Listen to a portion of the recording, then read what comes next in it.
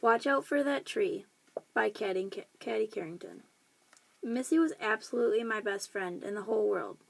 We had known each other since first grade, and we literally did everything together. We frequently visited each other's homes. We knew each other's families like they were our own. We shopped, we went to parties together, and on and on and on.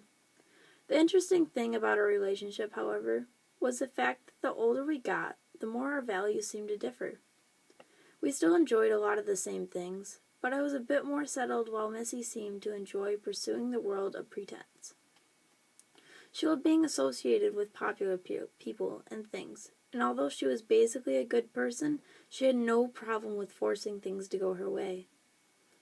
Perhaps this is why it seemed that her family actually trusted me more than they trusted her. So on the day that Missy showed up at my house with a huge dent in her father's car, I knew we were in for an interesting time. She had banged the car while out that day, and she knew her father was going to have a literal fit.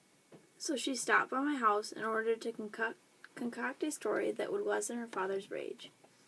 Missy decided to tell him that while in her parking garage, someone must have backed into the car and dented it. My role was to corroborate. Now keep in mind that I had a strong objection to lying, and I wanted absolutely nothing to do with the situation.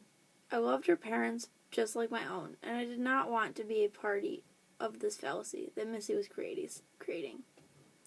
Nevertheless, after much prodding and a general questioning of my loyalty, I decided that the least I could do was act as a silent witness.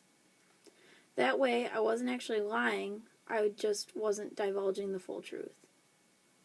So an hour or so later, we presented Missy's father with the car, and the inquisition began. He wanted to know exactly what happened, when, and how. Missy recapped her concocted story, and I stood there in silent agreement. Then Missy's father decided to do a closer inspection. He walked over to the dented area and started to pull and pound the dent until it gave way. It was at that point that pieces of bark from the tree that Missy had hit fell out. We were both stunned. That was so not part of the plan. Needless to say, Missy was caught in her fabricated story, and I was proclaimed as the guilty bystander. I actually think that her parents were more disappointed in me than they were with her.